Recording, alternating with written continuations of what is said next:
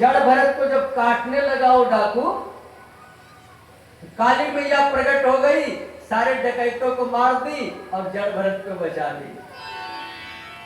क्योंकि जो सच्चे हृदय का होता है, जो सरल होता है, उसी को सिद्धि मिलती है। छल कपट से सिद्धि नहीं मिलती। खूब नकली चेहरा बना करके यदि तूने किसी को अपने जाल में फंसा लिया और कल उसे हकीकत पता चल जाएगी तो पूरे जिंदगी वो तुझसे नहीं बोलेगा। और जो सादा सादी जैसा अंदर है बाहर है, वो प्रेम जिंदगी में कभी नहीं टूटता है। यदि तू 2 रुपया कमा रहा है तो क्यों झूठ बोल रहा है कि हमारा 50,000 का पैकेज है? जब पता चलेगा तो उस समय तो प्रेम टूटेगा ना, बोलो। उस समय तो चप्पल जूता चलेगा कि नहीं, आपस में तलाक होगा कि नहीं होगा?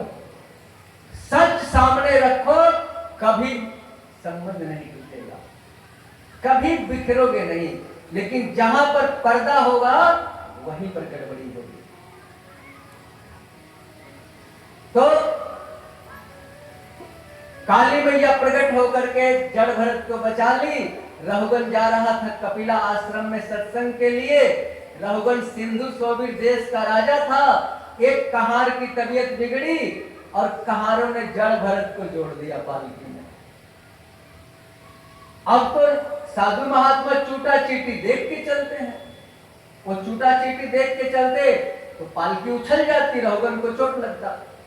रहुगन ने उल्टा पुल्टा बोलना शुरू किया, लेकिन मोटा सा जब जनेऊ दिखाई पड़ा, ब्रह्मचारी का जो जनेऊ होता है ना, वो कमर से ऊपर होता है।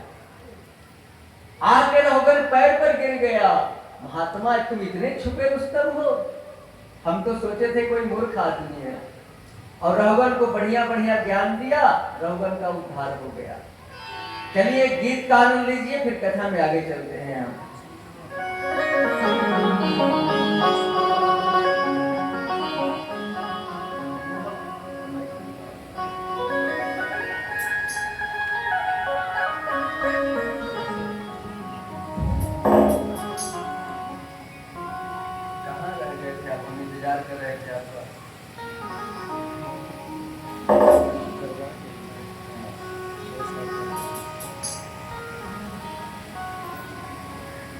राधे राधे राधे।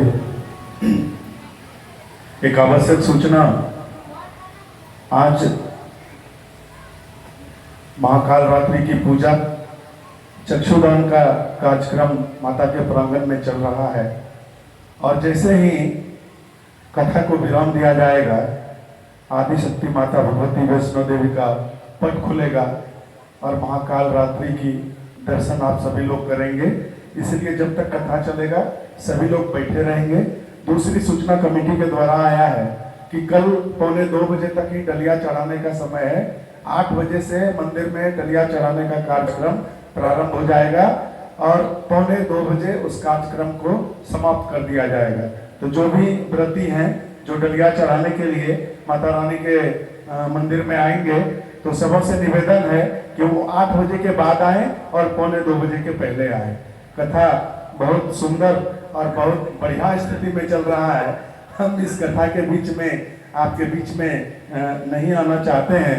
और जब इतने अच्छे कलाकार आपके मंच पे हों, जिन्होंने 3 दिन में सभी को मंत्र मुक्त कर दिया है, तो आइए चलिए सुंदर भजन के साथ आपको चलेंगे। बोलिए बांके बिहारी लाल की। लगन तुमसे लगा बैठे, जो होगा देखा जाएगा, जो होगा देखा जाएगा, जो होगा देखा जाएगा, जो होगा देखा जाएगा। कौन कौन लगन लगाए हैं बाबा से? बस दोनों हाथ को उठाना समर्पण की भावना से। जिन्होंने लगन लगाया वही उठाइएगा, जिन्होंने लगन नहीं लगाया हाथ नीचे रखिएगा, है कि नहीं? उठाइए दोनों हाथ और ताली के साथ कहेंगे क्या? तुम्हें अपना, तुम्हें अपना बना बैठे, जो होगा देखा जाएगा।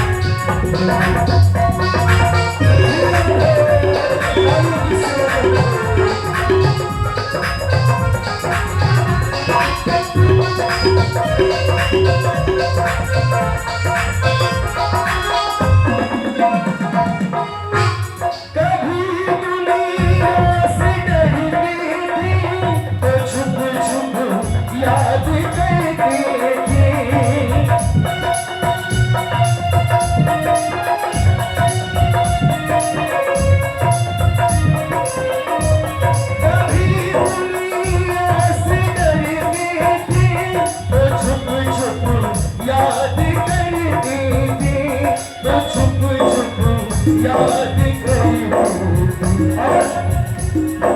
अब परिता हटा बैठी जो देखा जाएगा लगन उनकी लगा बैठी जो देखा जाएगा।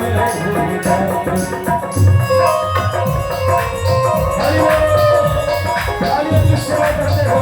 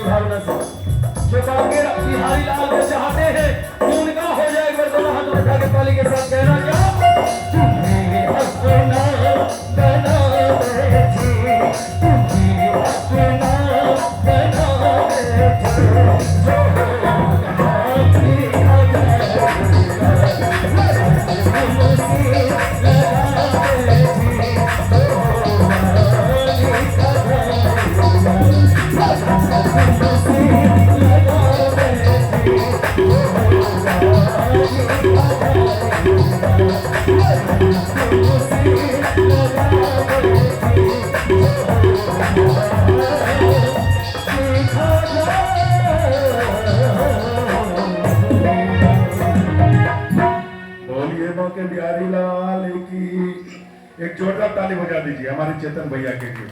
जोरदार ताली बजाइए, इतना अच्छा भजन गा रहे हैं। कलाकार को कुछ नहीं चाहिए, आपके ताली का संगत मिल जाए, इसी से कलाकार खुश हो जाते हैं। एक बार और जोरदार ताली बजाइए। चलिए चलते हैं भगवान की इस सुंदर संध्या और मधुर बेला की कथा में। राधे राधे। परीक्षित ने कहा बाबा जरा भूगोल खगोल के बारे में थोड़ा बता दें। अरे हाँ बेटा, धरती के ऊपर है 7 लोग और धरती के नीचे है 7 लोग। ये जो पृथ्वी है ना बेटा, ये मृत भुवन है। ये जो हमारा कमर है ये मृत भुवन है। इसके नीचे 7 लोग और कमर के ऊपर 7 लोग। अच्छा बाबा कौन कौन लोग हैं जरा बता। तो बेटा धरती के नीचे जो 7 लोक है ना, उसका नाम है अतल, वितल, सुतल, रसातल, तलातल, महातल और पाताल। अच्छा बाबा ऊपर के 7 लोक का नाम बता। ऊपर के 7 लोक हैं भू, भुवः, स्वः, मह, जन, तप और सत्य लोक। अच्छा बाबा जरा जमपुरी के बारे में बता, जमपुरी कैसी है। तो सुनो परीक्षित, संपूर्ण ब्रह्मांड की 50 करोड़ योजन की दूरी है। पूरे ब्रह्मांड 50 करोड़ योजन। नरक पृथ्वी से 99,000 योजन नीचे है। उसका नाम है संयमनी पुरी। प्रधान रूप से 28 नरक हैं। कौन कौन? तामित्र, अंध्र तामित्र, रौरव, महारौरव, कुंभीपाक, अतिपत्रवन, असिपत्रवन, कालसूत्र, सुकरमुख, अंधकूप, कृमि भोजन, वैतरणी इत्यादि नरकों के नाम है।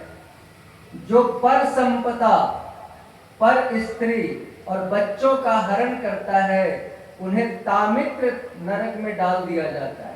तांबे की तरह धरती लाल होती है, उसी में पटक दिया जाता है। चलते रहो बेटा।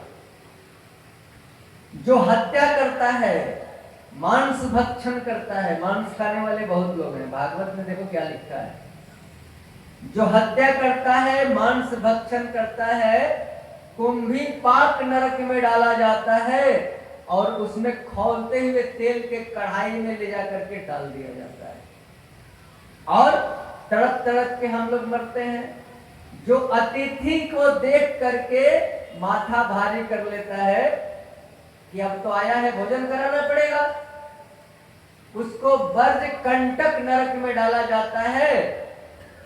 गिद्ध उसके आंख को नोच के खाता है। परीक्षित तो घबरा गए।